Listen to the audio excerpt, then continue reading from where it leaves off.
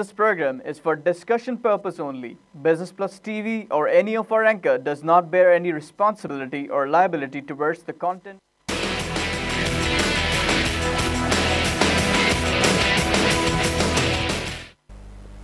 बिस्मिल्लाहिर्रहमानिर्रहीम। अस्सलाम वालेकुम नाज़रीन, कराची मरकज़ से मैं हूँ आपका मेज़बान खलील अहमद। आप देख रहे हैं प्रोग्राम आप और कारोबार। पाकिस्तान में बैंकिंग सेक्टर के हवाले से हम अक्सर प्रोग्राम्स करते रहते हैं, मुख्तलिफ पहलुओं पे हम डिस्कशन करते रहते हैं। आज एक बहुत अहम पहलू that is consumer financing by the banks. अगर कंज्यूमर फाइनेंसिंग की हम बात करें तो ये 2000 की दिहाई में 2001 से लेकर 2008 तक में देखा कि काफ़ी ज़्यादा हमने बढ़ावा देखा था कंज्यूमर फाइनेंसिंग में। चाहे वो ऑटो लोन्स की बात करें, क्रेडिट कार्ड्स की बात करें, हाउस फाइनेंसिंग की बात करें, पर्सनल लोन्स की बात करें, काफ़ी ज़्यादा हम बेहतरी देख रहे थे और एकदम से हमने एक सर्ज भी देखा था। अब उसके बाद एक बैड लोन्स का भी सिलसिला चल पड़ा था जिस पे भी हम बात करेंगे। लेकिन 2008 से लेकर 2011 तक हमने इसमें काफ़ी कमी देखी। क्या वजूहत थी कि 2008 से लेकर 2011 तक कंज्यूमर फाइनेंसिंग एज सच इतना बेहतर तरीके से काम नहीं कर पा रहा था ये डिपार्टमेंट मुख्तलिफ बैंक्स का, जो कि हमने सिचुएशन देखी थी खासतौर 2001 से लेकर 2008 तक, जो बहुत ज़्यादा एक बूम पीरियड कहा जा सकता है। अगर हम देखें तो फिर जब 2011 तक यानी 2008 से 2011 तक की हम बेहतर सिनारियो नहीं देख रहे थे, तो एक हम दोबारा से वो रिवाइवल इस चीज़ में देख रहे थे कि कंज्यूमर फाइनेंसिंग में एक रिवाइवल नज़र आ रहा था। और 2013 में जब एनालिसिस हम करते हैं तो देखते हैं कि 2013-2014 में समवट बेहतर फिगर्स नज़र आ रही थी। अब हम अक्सर बात करते हैं कि प्राइवेट सेक्टर की क्रेडिट ऑफ टेक बहुत ज़्यादा कम है और ज़्यादातर जो पैसा है बैंक्स का वो गवर्नमेंट पेपर्स में ही जाता है। अगर 10 ट्रिलियन रुपीज़ के डिपॉजिट्स हैं तो तकरीबन 7 ट्रिलियन रुपीज़ के जो इन्वेस्टमेंट है ओवरऑल अगर देखें तो अगर 10 ट्रिलियन रुपीज़ की तो बाय एंड लार्ज जो ज़्यादा पैसा बैंक्स के पास आता है डिपॉजिट्स में वो या तो करंट अकाउंट की मद में आता है। करंट अकाउंट की मद में तकरीबन 3 ट्रिलियन और रुपीज़ या फिर सेविंग अकाउंट की मद में आता है जो तकरीबन 4 ट्रिलियन रुपीज़ के करीब है। अब ये पैसा बैंक्स अगर गवर्नमेंट पेपर्स में ही इन्वेस्ट करते रहेंगे तो क्या इकॉनमी को हम बेहतर तरीके से आगे बढ़ता हुआ देखेंगे? बाय एंड लार्ज देखें दुनिया भर में किसी भी कंट्री की बात करें, चाहे वो डेवलप कंट्री हो या डेवलपिंग कंट्रीज़ हो, वहाँ पे बैंक्स का असल जो बेसिकली मकसद होता है वो होता है कि वो इकॉनमी को बेहतर करने में एक किरदार अदा करती है, यानी लैंडिंग वगैरह होती है प्राइवेट सेक्टर को। प्राइवेट सेक्टर के लोगों से जो बात करता हूँ, क्रेडिट ऑफ टेक को मैं देखता हूँ, खासकर 2013 की बात कर लें जो ऑफिशियल फिगर्स है कि 2013 में ओवरऑल अगर हम देखें प्राइवेट सेक्टर की क्रेडिट ऑफ टेक तो वो 298 बिलियन रुपीज़ की थी और इसमें कंज्यूमर फाइनेंसिंग की अगर हम परसेंटेज देखें तो तकरीबन 10.5% थी। फिर 2015 यानी फिस्कल ईयर की बात करूँ कि उसमें देखें तो प्राइवेट सेक्टर की credit offtake around 180 billion rupees की थी और उसमें कंज्यूमर फाइनेंसिंग की हम फिगर्स देखें इन टर्म्स ऑफ परसेंटेज तो तकरीबन 17% थी, 17% थी। अब अगर 2001 से लेकर 2008 तक की फिगर्स देखते हैं तो उसमें जो हमें ज़्यादातर हम देखते हैं कि कंज्यूमर फाइनेंसिंग में जो लोन अवेल किया गया वो ऑटो लोन की परसेंटेज एक बहुत ज़्यादा परसेंटेज हमें नज़र आती है। इसके अलावा अगर देखें तो रूरल एरियाज़ में बहुत ज़्यादा पोटेंशियल है। बैंक्स इस हवाले से क्या करते रहे कि रूरल एरियाज़ में चाहे लोगों ने टीवी ख़रीदने हों, फ्रिज खरीदने, जो होम अप्लाइंसेस की मकसद बात करते हैं इलेक्ट्रॉनिक अप्लाइंसेस की, तो रूरल एरियाज़ को कितना ज़्यादा कैटर किया है बैंक्स ने। और साथ ही साथ पैरेलल बैंकिंग जो पाकिस्तान में है, हम जानते हैं कि FIA की तरफ से रेड भी होते रहे और पैरेलल बैंकिंग के आउटलेट्स बंद भी होते रहे हैं। वो कराची में हमने देखा है, पंजाब में देखा है। इस हवाले से मज़ीद क्या होना चाहिए और फिर ये जो बैंकिंग ऑम्बड्समैन के पास शिकायतें वगैरह आती हैं, ज़्यादा जो परसेंटेज होती है वो किस चीज़ की होती है? क्या ये कंज्यूमर फाइनेंसिंग के हवाले से होती हैं? ये तमाम इश्यूज़ हैं जिस पर हम बात करेंगे। इसी हवाले से आज हमें स्टूडियोज़ में ज्वाइन किया है मोहम्मद रज़ा ने। आप सीनियर एग्जीक्यूटिव वाइस प्रेसिडेंट हैं और ग्रुप हेड कस्टमर सपोर्ट है मीज़ान बैंक के। रज़ा, प्रोग्राम में खुशामदीद कहते हैं। अस्सलाम वालेकुम, थैंक यू वेरी मच। जज़ाकल्लाह। वालेकुम सलाम and thank you so much for your time for coming over. Raza, ये बताएं कि ये 2001 से लेकर 2008 तक तो एक बूम पीरियड था ना कंज्यूमर फाइनेंसिंग का। क्या ये बैंकिंग पॉलिसी थी या इकोनॉमी में बेहतरी थी या एक नई चीज़ थी? क्योंकि इससे पहले तो पाकिस्तान में एज सच हम बड़े लेवल पे नहीं देख रहे थे कंज्यूमर फाइनेंसिंग। बिस्मिल्लाहिर्रहमानिर्रहीम।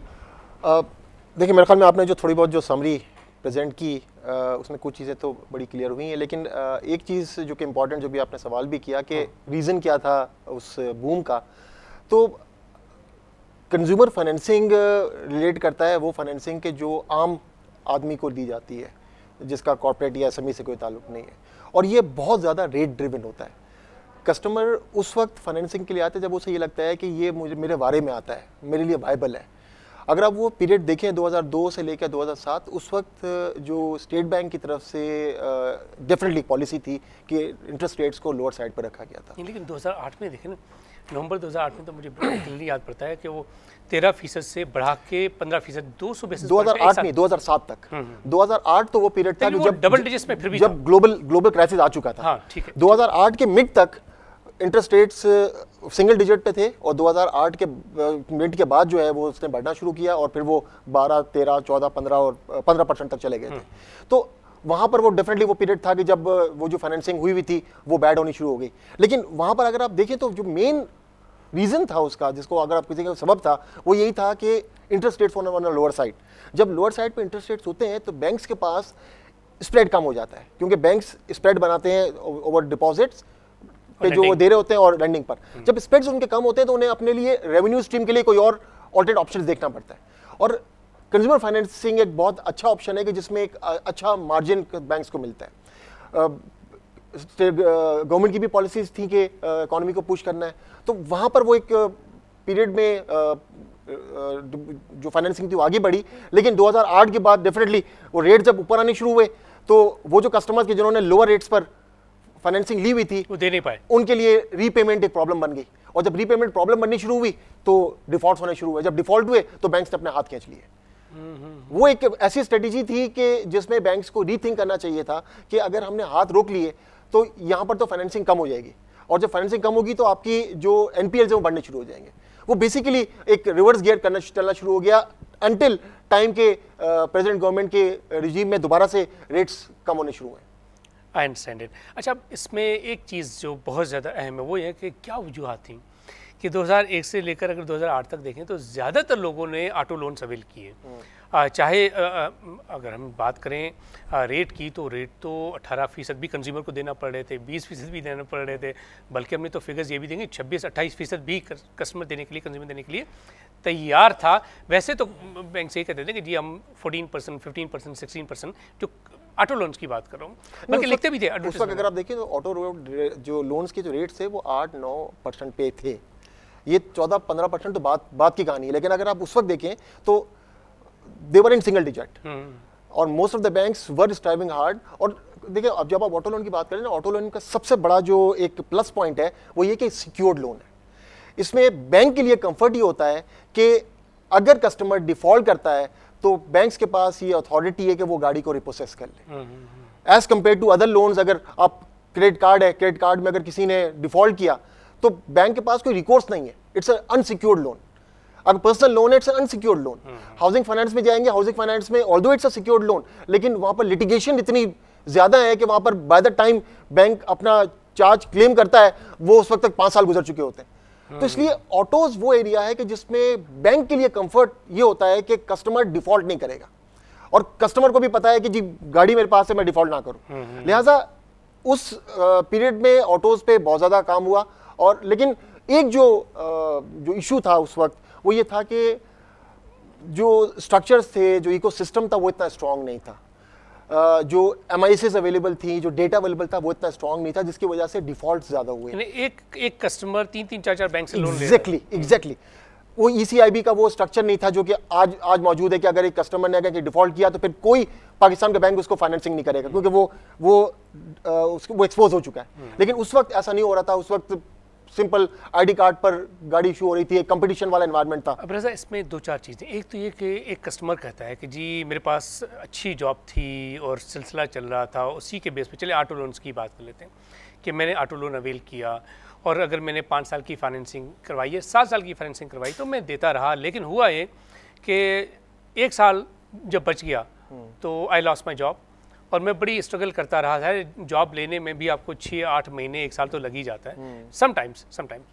तो अब वो जो सूरत हाल है उसमें एक कस्टमर है, उसने 7 साल की फैसिलिटी अवेल की हुई है, 6 साल तक तो वो दे चुका है, अब 1 साल रहता है या 6 महीने रहते हैं।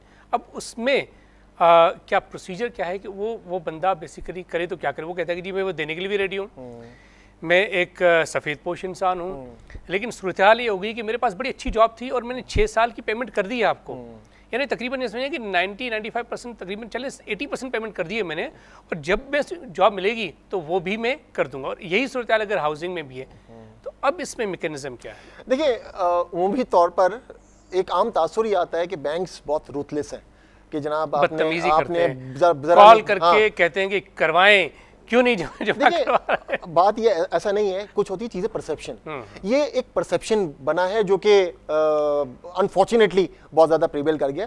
ऐसा है नहीं। देखिए, there is a different segment of wilful defaulter and genuine defaulter.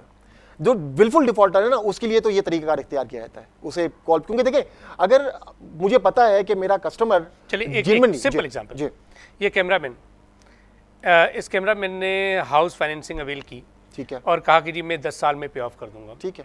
अब 9 साल तक तो इस फाइनेंसिंग के लिए जो भी पैसा देना था ये देता रहा, जो भी किस्त देनी थी वो देता रहा। एकदम से इस कैमरामैन की जॉब चली गई, अब 1 साल रहता है और ये बंदा कहता है कि यार मैं ये देने के लिए रेडी हूँ, ठीक है। अब इसमें सूरत हाल बता दें। देखिए, इसमें बैंक्स कस्टमर को बहुत सारे ऑप्शंस देता है। उनकी लोन्स रीशेड्यूल होते हैं, उनकी रीपेमेंट्स रीशेड्यूल होती हैं, उनकी रेट्स में रिडक्शन कर देते हैं। मतलब there are dozens of customized matters, और ये हमने किया है। ये मैं आपको बताऊं, ये हमने किया है। 2008, 9, 10 का जो पीरियड था, उसमें customers were in real trouble. वो कस्टमर्स आए कि हमारे पास जॉब नहीं है, हमने उनके लोन्स रिशेड्यूल किए, हमने उन्हें ग्रेस पीरियड दिया, ठीक है जी आप जॉब ढूंढ ले, उस वक्त तक आप एक पर्टिकुलर अमाउंट अदा करते रहे। ऐसा नहीं कि हमने इमीडिएटली जाकर और उनके सिक्योरिटी पर जो है कब्जा कर लिया। ये जो खबरें वगैरह चलती रही, तो शायद इसमें इसको ज्यादा हाइप दे दी गई है कि लोगों ने खुदकुशियां कर ली और ये कर ली। बात ये है कि अगेन आपको बल्कि टीवी पे ड्रामे आने लगे, टीवी पे ड्रामे आने लगे। अंडरस्टैंड करना होगा कि अगर कोई विलफुल डिफॉल्टर है जो कि वेट कर रहा है कि यार कोई ऐसा सिनेरियो बने हो मैं पेमेंट करना बंद कर दूं, और मैं आपको बताऊं ऐसे कस्टमर्स हैं बिल्कुल कि जो वेट करते हैं कि यार कोई ऐसा सिनेरियो बने हो मैं पेमेंट करना बंद कर दूं, और उसके बाद मुझे पता है कि लीगल रिकोर्स जब होगा तब तक तो 4-5 साल गुजर चुके होंगे और मैं उस वक्त तक मुफ्त का फाइनेंसिंग ले रहा हूं, खा पी के डकार ले चुका हूं। तो ये ऐसे कस्टमर्स भी हैं। तो we have to understand that कि कौन जेन्युइन डिफॉल्टर है और कौन विलफुल डिफॉल्टर है। जेन्युइन के साथ तो हम उसी तरह का बर्ताव करते हैं जिस तरह मैंने कहा। आपने खुद देखा होगा कि उन्हीं दिनों में टीवी पे ड्रामे आते थे कि एक साहब ने क्रेडिट कार्ड लिया, 4 लाख रुपए की लिमिट, अब उस बंदे की तनख्वाह बहुत कम लेकिन 4 लाख रुपए की लिमिट, बहन की शादी हो रही थी, वो होम अप्लायंसेस ले लिए। टीवी पे ड्रामे आते रहे और पूरे पाकिस्तान में लोगों ने देखे कि जी अब बहन की शादी तो हो गई, तमाम चीज़ें ले दी, जहेज दे दिया, अब उसके बाद जब वापसी की बात हुई तो जॉब बच्चे की चली गई। अब जॉब चली गई तो उसके बाद उसको पैसे देना उसके लिए क्रेडिट कार्ड बड़ा मुश्किल हो गया। अल्टीमेटली क्या हुआ कि उसी ज़ाहिर की जो मीडिया से लोग, मीडिया रायमा तो लाजमी हो जाती है ना, तो उससे क्या होगा, उसी ड्रामे में हमने ये देखा कि उस बंदे ने वो क्रेडिट कार्ड की पेमेंट करने के लिए बड़ी कोशिश की, नहीं कर पाया। बैंक से लोग उसके घर पे आते थे और जिस तरीके से उससे बात करते थे, अल्टीमेटली ही कमिटेड सुसाइड, खुदकुशी कर ली। तो इसको हाइप मैंने कहा ज़्यादा। बात ये कि एक्सेप्शन हर जगह पर हो, बिल्कुल है। आप लेकिन आप एक्सेप्शन को जो है ना वो प्रिवेल नहीं करवा सकते। आप एक्सेप्शन के बेस पे ये नहीं कह सकते कि यही ऐसा होता है। एक्सेप्शंस होते हैं और उसमें मैं ये नहीं कह रहा कि bankers are not at fault, मतलब वहाँ पर सब फरिश्ते बैठे हुए, वहाँ पर भी लोगों ने सिर्फ अपने बिजनेस की खातिर जो है वो गलत फाइनेंसिंग भी की, ठीक है ना। एक बंदा के जिसका प्रोफाइल नहीं है, उसको अगर उसकी कैपेसिटी अगर 10,000 की, आपने उसको लाख रुपए की अगर किस्त का फाइनेंसिंग दे दी तो वो नहीं कर सकेगा, बिल्कुल बिल्कुल, ही वुड फेल। तो यहाँ पर yes the fault is at the other side as well, लेकिन ऐसा नहीं है कि ओवरऑल सिस्टम खराब है, ओवरऑल स्ट्रक्चर ही खराब है कि नहीं जी बस कस्टमर को दे दो उसके बाद उसको मार दो। अगर कस्टमर को बैंक ने मार दिया तो फिर कमाएंगे किससे? बिल्कुल, ये सीधा उसूल होता है कि कस्टमर को जिंदा रखना पड़ता है, उसी से कमाना है, ठीक है। उसको आपने मार दिया तो फिर then you are gone. That's right, that's right. अच्छा, पर्सनल लोन्स की सूरत हाल अगर देखें तो पर्सनल लोन्स की सूरत हाल 2008 तक जो थी, यानी वही सिनारियो कि 2001 से लेकर 2008 तक अगर देखें तो पर्सनल लोन्स एज सच इतनी ज़्यादा नहीं थे। इन क्वांटिटी की बात कर रहा हूँ, उसकी वजूहत क्या थी? क्या रेट बहुत ज़्यादा थे? और इस वक्त अगर देखें 2007 का जो रिवाइवल देख रहे हैं कंज्यूमर फाइनेंसिंग में, जिस तरीके से हम देख रहे हैं कि अब इस वक्त अगर क्रेडिट कार्ड भी देखें तो 2001 से लेकर 2008 तक हर बंदा बस कह रहा था मुझे क्रेडिट कार्ड दे दो।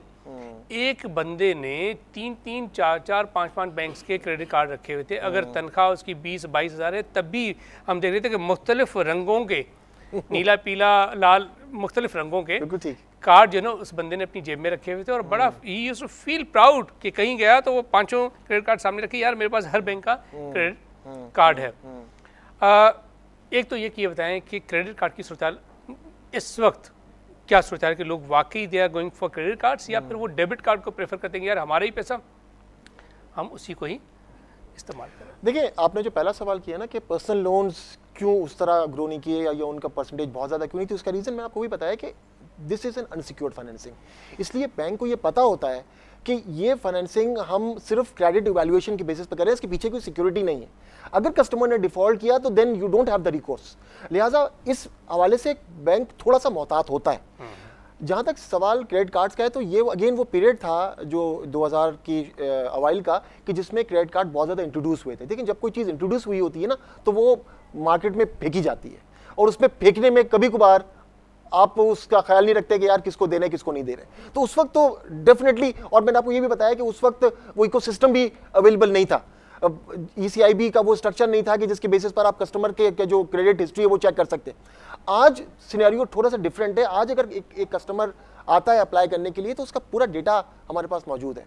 हम ये देख सकते हैं कि यार इसने पीछे 2 जगह डिफॉल्ट किया, लिहाजा अगर उसने डिफॉल्ट किया है, वो अगर NPL में है या वो अगर 90 डेज क्रॉस कर चुका है तो बैंक उसको फाइनेंसिंग नहीं करेंगे। तावक्त ये कि कोई बहुत एक्सेप्शनल चीज़ हो, वो अपना प्रीवियस कोई मिस्टेक की वजह से हुआ हो, तो इस वक्त सिनेरियो थोड़ा सा डिफरेंट है। इस वक्त बड़ी जिसे कहते हैं ना कि एग्रेशन है लेकिन विद कॉशन है। ऐसा नहीं है कि बिल्कुल आंख बंद करके फाइनेंसिंग की जा रही है। अच्छा, एक और चीज़ जो क्रेडिट कार्ड में थी कि उन्हीं दिनों में 2001 से लेकर 2008 के रज़ा आप क्रेडिट कार्ड ले लें और फिर आप अपने बच्चों के नाम भी क्रेडिट कार्ड ले सकते हैं, बेगम के नाम भी क्रेडिट कार्ड ले सकते हैं। अब बंदा बड़ा जो है वो प्राउड फील करता था कि जी हाँ, एक काम करें, 2 बच्चे हैं, दोनों के क्रेडिट कार्ड बना दें और बेगम के लिए भी बना दें। बेगम को जाके दे दिया, बच्चों को जाके दे दिया, बाहर गए, जाहिर है वो फिर पैसे तो खर्च होते हैं। यही रैकलेस जो एटीट्यूड था, इसी की वजह से तो NPLs बहुत ज़्यादा बढ़ गए ना। इसी वजह से एक बंदे की कैपेसिटी थी, वो मैं आपसे बता रहा हूँ, कैपेसिटी थी उसकी रुपए की, आपने उसको 10 रुपए दे दिए तो वो डेफिनेटली वो नहीं कर सकेगा। मतलब the reason why we had that global the subprime crisis, उसका भी रीजन ये था कि एक बंदे की कैपेसिटी नहीं है, आपने उसको कैपेसिटी से ज्यादा अगर आपने उसको फाइनेंसिंग की तो वो अल्टीमेटली डिफॉल्ट करेगा, अभी नहीं करेगा। फिर वो भी अमेरिका जैसी बड़ी इकोनॉमी, Exactly. फैनी में फ्रेडी मैक जैसी बड़ी कंपनीज तबाह हो गई, बैंकरप्ट खत्म हो गई बिल्कुल, कि हुकूमत को आगे आना पड़ा कि भाई ये देखें 88 बिलियन अमेरिकन डॉलर्स की बेल आउट पैकेज हम दे रहे हैं खुदा के लिए। Yes absolutely. और रीजन उसके पीछे यही था कि आपने सब प्राइम किया हुआ था कि यार ठीक है ये बंदा प्रोफाइल इसका नहीं है, इसको रेट हायर दे दो। अब जब उसका प्रोफाइल ही नहीं है, वो इतना नहीं दे सकता तो बाद में वो ज्यादा कैसे देगा। सही बात है, सही बात। तो ये बुनियादी तौर पर आपको ये देखना बड़ा जरूरी होता है किसी भी नौयत की फाइनेंसिंग के लिए, स्पेशली कंज्यूमर फाइनेंसिंग के लिए, कि कस्टमर का प्रोफाइल उसकी फाइनेंसिंग से मैच करता हो। अच्छा, अगर करंटली अब देखें तो इस वक्त की जो सूरत हाल है, खासतौर पर जो नई ऑटो पॉलिसी आई है, इसको देखते हुए और फिर हम देख रहे हैं कि एक सर्च तो है in terms of sales of cars और ज़्यादातर लोग फिर फाइनेंसिंग की तरफ ही जाते हैं। तो इस वक्त की सूरत हाल को देखते हुए आप क्या समझते हैं कि in the days to come फिर नई जो ऑटो पॉलिसी आई है, काफ़ी अरसे के बाद है, 2012 के बाद फिर आई है, काफ़ी लंबा गैप रहा, क्या नई ऑटो पॉलिसी सपोर्ट करती है to buy the local assembled cars या जो इम्पोर्ट हो रही है? जी बिल्कुल। देखिए बात यह है कि इस वक्त जो सिनेरियो है ना, उसमें 2 चीज़ें कस्टमर को फेवर करती हैं कि वो ऑटो फाइनेंसिंग की तरफ जाए। एक तो आपकी fuel prices which are on the lower side, लिहाजा running a car is comparatively and it is a big support. Yes, ठीक है ना, और ये रहेगी तकरीबन 1 साल। Absolutely absolutely. तो ये तो ब्लेसिंग है अब to this government and to the people as well, nation and to the entire world. Exactly, ठीक है ना। और दूसरा, rates are on the lower side, ठीक है। तो फिर उसके साथ साथ जो नई ऑटो पॉलिसी है वो डेफिनेटली वो सपोर्ट करती है कि यहाँ पर लोकल मैन्युफैक्चरिंग हो, यहाँ पर जो लोकल कार्स हैं उनकी सेल में इजाफा हो। अगर आप देखें तो 2016 जो फाइनेंशियल ईयर है, जो कि जुलाई टू जून है, लास्ट 16 ईयर्स का रिकॉर्ड सेल्स है।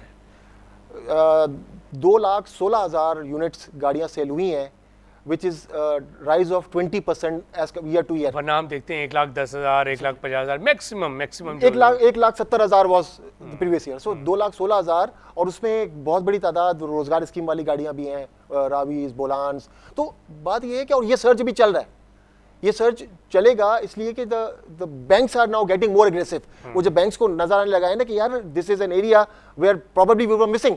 There are few banks who are aggressive since last so many years, Meezan bank is one of them. लेकिन बहुत सारे बैंकों ने अपने कंज्यूमर के विंडोज बंद कर दिए थे, वो 2008 के झटके के बाद बंद कर दिए थे। नाउ दे आर रियलाइजिंग कि this is an area where we have missed the boat, so let's get इन।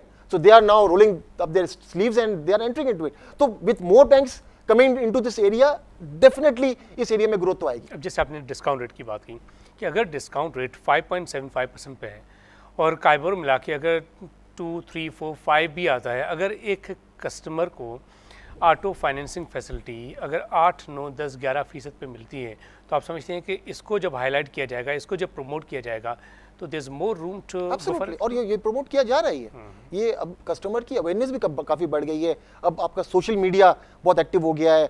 2001 से लेकर 2008 तक ये सोशल मीडिया अवेलेबल नहीं था।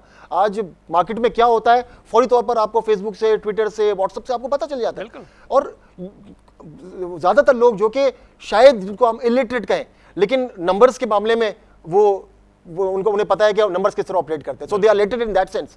तो जो लिटरेसी वाला जो लेवल है वो भी थोड़ा सा बढ़ गया है, लोगों की अवेयरनेस बढ़ गई है, इकोसिस्टम स्ट्रांग हो गया है, मॉनिटरिंग स्ट्रांग हो गई है। तो ये तमाम चीजें बेसिकली उस डायरेक्शन में जाती हैं कि consumer financing should grow in especially in areas which are secured. And will continue with this. पहले हम बात कर रहे हैं पाकिस्तान में consumer financing by the banks, जो सूरत हाल 2001 से लेकर 2008 तक थी उसको कंपेयर कर रहे हैं। और ख़ासतौर पे ये जो दोबारा हमने एक सर्ज देखी है, बढ़ावा देखा है 2013 से लेकर अब तक, और ख़ास तौर पे अगर हम देखें इस फिस्कल में शुरुआत में ही एक बेहतरी हम देख रहे हैं कंज्यूमर फाइनेंसिंग में। इस वाले से हमारी गुफ्तगू जारी है, वक्त ब्रेकअप साथ रहिएगा।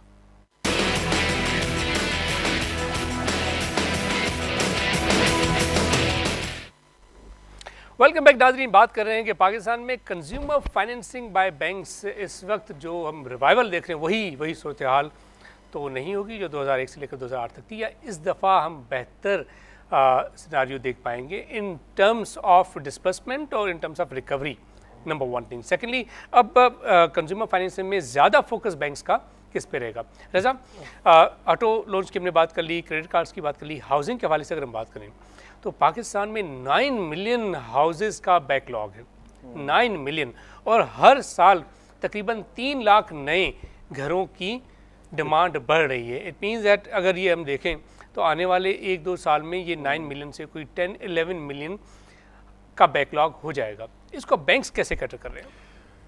देखिए, मेरे ख्याल में आपने बहुत ही एक इम्पॉर्टेंट सवाल किया है, और ये इतना इम्पॉर्टेंट एरिया है कि सिर्फ गवर्नमेंट अगर इसको फोकस कर ले तो हाउसिंग को फोकस करने से 40 से 50 अलाइड इंडस्ट्रीज पे काम शुरू हो जाता है। बिल्कुल है। ये इतना इंपॉर्टेंट एरिया, लेकिन अनफॉर्चुनेटली हमारे यहाँ फॉर सम रीज़न इसको वो अहमियत कभी नहीं दी गई। उसकी मैं मिसाल आपको यूँ दूँ कि उमूमी तौर पर जो एक बेंचमार्क जो किया जाता है ना कि किस मुल्क की हाउसिंग फाइनेंस ज़्यादा है, वो किया जाता है housing finance to GDP ratio. अब अगर वेस्टर्न कंट्रीज जो कि डेवलप कंट्रीज है उनका देखें, US, UK, तो there ratio is 80%, 85% of GDP। ठीक है ना। Countries like Sri Lanka, like India, they are 10% plus. यानी इसका मतलब है कि हर बंदे को छत मिलेगी। एग्जैक्टली। लेकिन अगर आप पाकिस्तान का देखें तो इट्स लेस देन 1%, बल्कि मैं आपसे कहूँ कि इट्स लेस देन 0.5%, क्योंकि उसमें 1% में वो भी लोन या वो भी फाइनेंसिंग शामिल है जो कि बैंक्स ने अपने स्टाफ को दिया हुआ है। तो अगर जनरल मासेस की अगर बात करें तो उनका financing it's less than 0.5%, which is a pity. अब इसमें reasons being that the infrastructure which is required for housing finance is not there. Banks बड़े अरसे से एक रिक्वायरमेंट कर रहे थे कि हमारे लिए रिकोर्स होना चाहिए। वो रिकोर्स अवेलेबल था, लेकिन फॉर सेम रीजन उस पर स्टे हुआ। Now that is not available. अब by virtue of some efforts by the ministry, by the state bank of Pakistan, वो दोबारा से रिवाइव हुआ है। लेकिन सिर्फ वो एक ऐसी चीज़ है कि अगर उस पर अगर प्रॉपरली काम हो जाए तो लेट मी टेल यू कि पाकिस्तान की इकॉनमी कहाँ पहुँच सकती है शायद हमें भी अंदाज़ा नहीं। मल्टी मतलब अगर आप ये समझें कि हर डिसबर्समेंट पर आपके GDP पे इजाफा हो रहा होगा। और देखिए, खास पे वैसे तो आपने कहा कि जैसे बहुत सारी सेक्टर्स, बेसिकली एलाइड सेक्टर्स जिसे कहते हैं, वो तकरीबन 40-50 जो भी हैं, लेकिन खास पे 2 sectors, cement sector cement sector हमारी जो प्रोडक्शन है 45 मिलियन टन की, हम एक्सपोर्ट भी करते रहे, यहाँ कंजम्पशन 33 मिलियन टन की, इसमें मजीद इजाफा।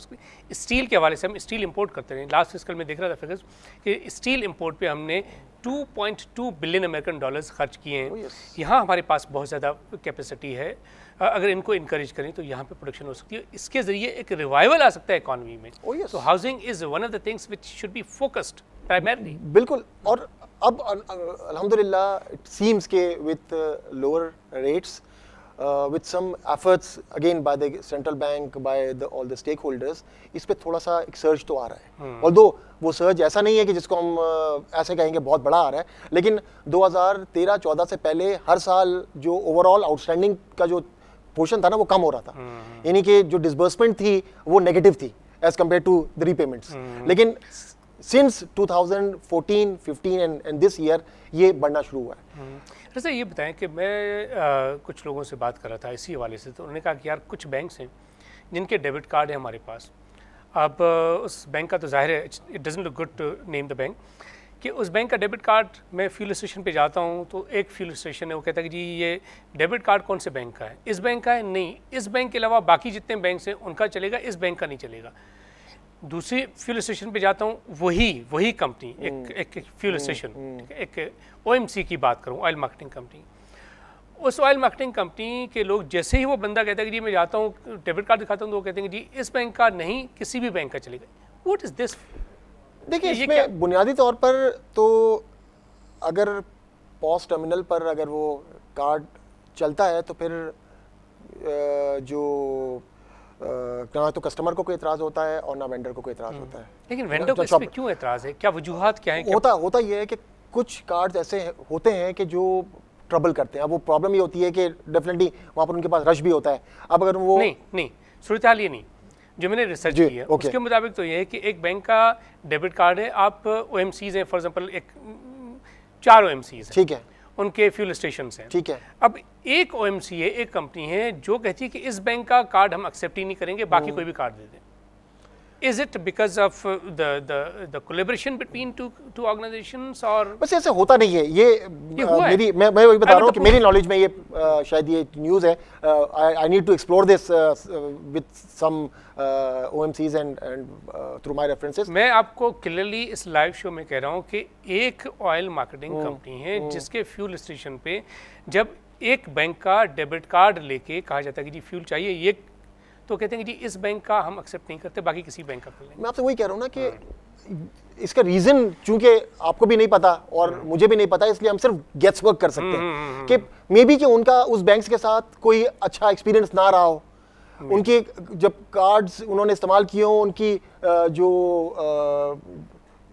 अमाउंट है वो रीइंबर्स प्रॉपर्ली नहीं हुई हो या उसमें कोई प्रॉब्लम हुआ हो, उनकी कोई IT के साथ कोई क्लैश हुआ हो, अगर इस तरह की कोई चीज होगी तो definitely after the program I will tell you the name of that OMC and the bank. Definitely I'll be glad to check this out। Yes sure।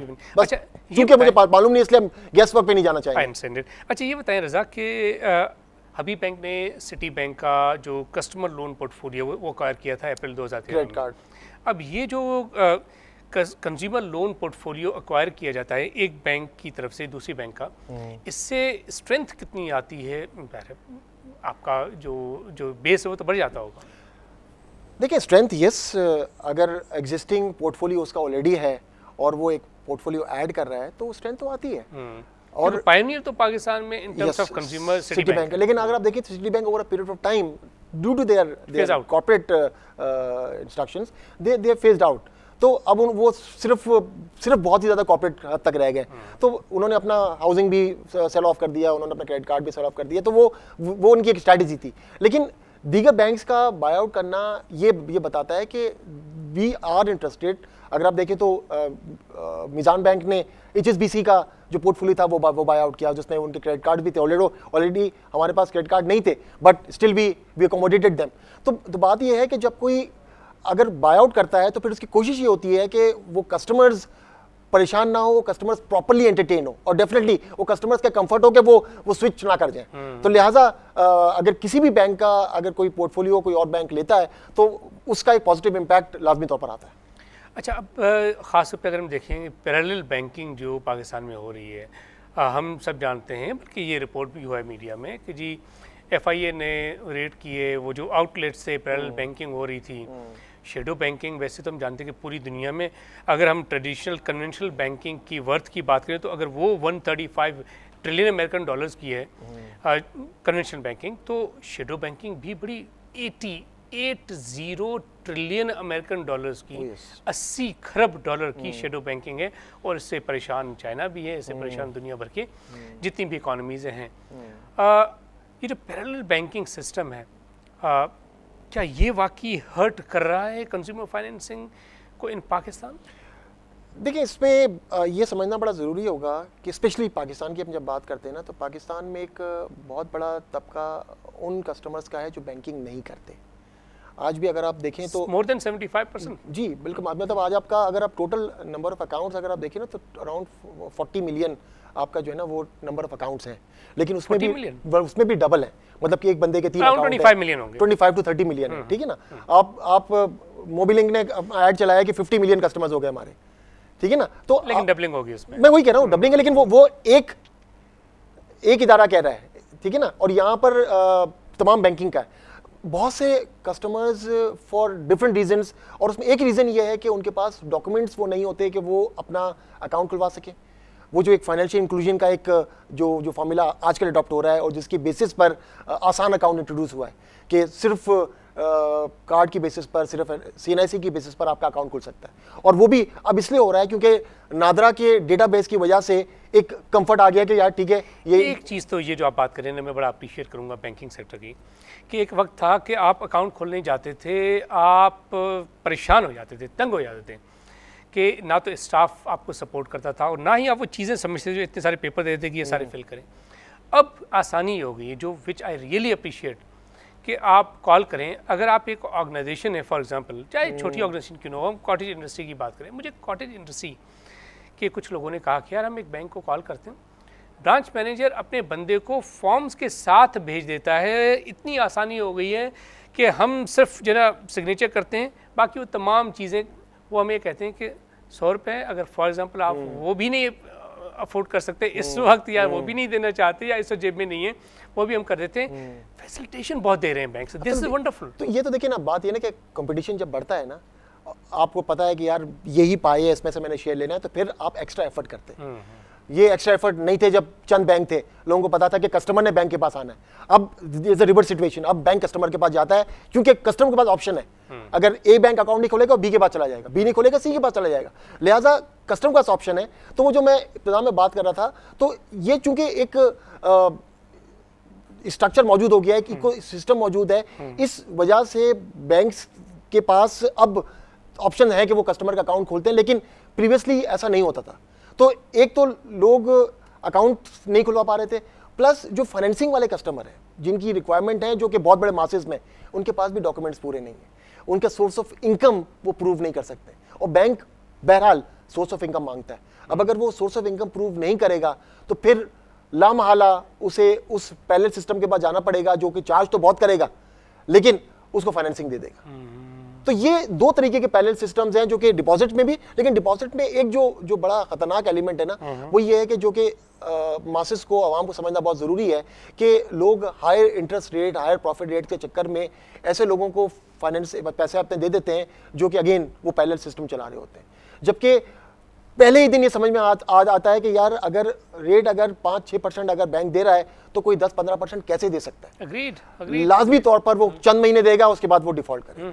लेकिन वो जो लालच वाला जो एलिमेंट है ना, वो अनफॉर्चुनेटली वो हमें आप में सब में होता है, और वो लाख हम प्रोपेगेट करें, लाख हम लोगों को बताएं, चलता रहता कम्युनिकेट चलता रहेगा। तो ये दोनों तरीके के पैरेलल सिस्टम है जो कि चल रहे हैं, लेकिन with the efforts of central bank ये दोनों चीज़ों पर काम हो रहा है। जिस तरह पहले वाले पे मैंने कहा कि वो अकाउंट्स खुलने में भी अब आसानी हो रही है, और दूसरे एलिमेंट्स में चूंकि वो रेट्स कम हो रहे हैं, फाइनेंशियल इंक्लूजन पॉलिसीज तवातुर के साथ आ रही हैं, लोगों को फाइनेंशियली इंक्लूड किया जा रहा है, इसलिए चांसेस हैं कि with the passage of time जो लोग आज फाइनेंसिंग नहीं ले सकते, कल इंशाल्लाह फाइनेंसिंग ले सकते। अब लास्ट में आपसे क्वेश्चन पूछना चाहूँगा कि ये जो बैंकिंग ओम्बड्समैन है, शिकायत की अगर हम बात करें तो हम सब जानते हैं कि अगर 1-2 साल पहले की बात करूँ, जो फिगर्स हैं मेरे पास कि जो शिकायत आती थी उसमें तकरीबन 1/4 की अगर बात करें तो वो कंज्यूमर फाइनेंसिंग के हवाले से शिकायत होती थी।